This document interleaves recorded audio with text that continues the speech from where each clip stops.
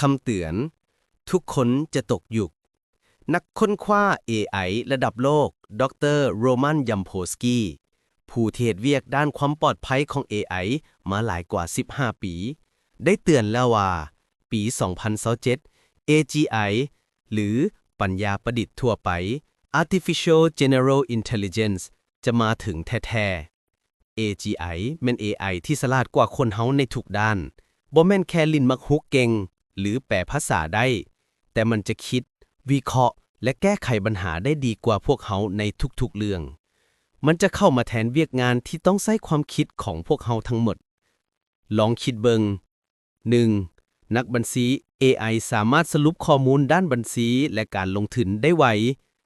2. นักเขียน AI สามารถเฮ็ดเวียกได้ไวกว่าและถูกต้องกว่ามันสามารถเขียนได้หลายภาษาและหลายรูปแบบ 3. นักเขียนโปรแกรม AI สามารถเขียนโค้ดได้ไวกว่าพวกเฮา10 เท่า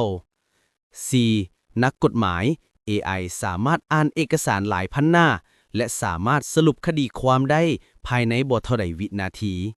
5. ท่านหมอ AI ยังสามารถวินิจฉัยพยาธิรวมถึงการผ่าตัดได้อย่างแม่นยำกว่า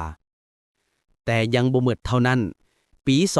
2030 ภายใน 3 ปีหลังจาก AGI มาถึงหุ่นยนต์ที่มีร่างกายคือมนุษย์จะพัฒนาขึ้น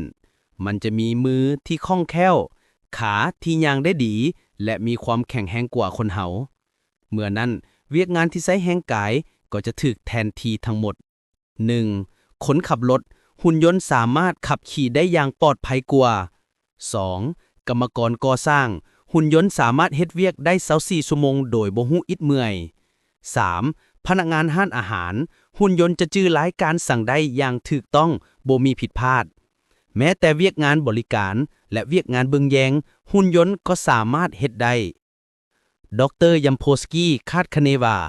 อัตราการว่างงานอาจจะเพิ่มสูงถึง 99% ลองคิดเบิง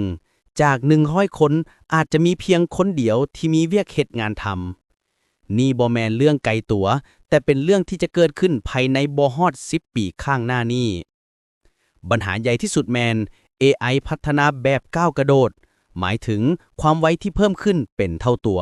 เมื่อนี้ฉลาดเท่านี้มืออื่นอาจจะฉลาดขึ้น2 เท่ามือฮื้อ4 เท่าแต่ระบบความปลอดภัยพัฒนาแบบซ่าๆเทื่อละเล็กละน้อยสิ่งที่น่าย่านกว่านั้นดรยัมโพสกี้บอกว่า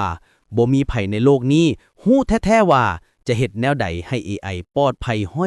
100% วิธีการที่มีอยู่นี่เป็นเพียงการแก้ไขชั่วคราวเหมือนเอาผ้าอุดหูหัวแต่เมื่อ AI ฉลาดขึ้นมันก็จะหาทางเอาผ้านั้นออกอีกอย่างหนึ่งที่เฮ็ดให้เรื่องนี้น่าย่านหลายขึ้นแม่น AI เฮ็ดเวียกแบบกองดำบ่มีไผฮู้ว่ามันคิดแนวใดและเป็นหยังมันจึงตัดสินใจแบบนั้นมันเหมือนกับว่าเฮามีหมู่ที่ฉลาดหลายแต่เฮาบ่เคยฮู้ว่าลาวกำลังคิดหยังอยู่ในใจแล้วเฮาจะเฮ็ดแนวใดได้แด่ดรยัมโพสกี้บอกว่าเฮาต้องตื่นโตและเรียกร้องให้บริษัทเทคโนโลยีเหล่านี้พัฒนา AI อย่างมีความรับผิดชอบหลายขึ้นต้องมีการควบคุมที่เข้มงวดขึ้นและต้องเตรียมตัวรับมือกับการเปลี่ยนแปลงครั้งใหญ่นี้บ่ว่าจะเป็นการคิดค้นระบบสวัสดิการใหม่หรือซอกหาความหมายใหม่ของการมีชีวิตเมื่อเวียกงานทั้งหมดถูก AI เข้ามาแทนที่เตรียมตัวให้พร้อมเพราะอนาคตนี้บ่แม่นเรื่องในหนังไซไฟที่ต่อไปแต่เป็นความจริงที่กำลังจะเกิดขึ้นกับชีวิตของพวกเฮาและลูกหลานของพวกเฮาสุดท้ายนี้เพื่อเป็นกำลังใจให้พวกเฮาในการค้นคว้าและก่อสร้างสรรค์เนื้อในดีๆแบบนี้ต่อไปขอฝากผู้ฟังทุกท่านช่วยกดติดตามกดไลค์และก็กดแชร์รายการของพวกเฮาแด่ฝากได้เด้อการสนับสนุนของทุกท่านบ่ว่าจะเล็กน้อยเพียงใด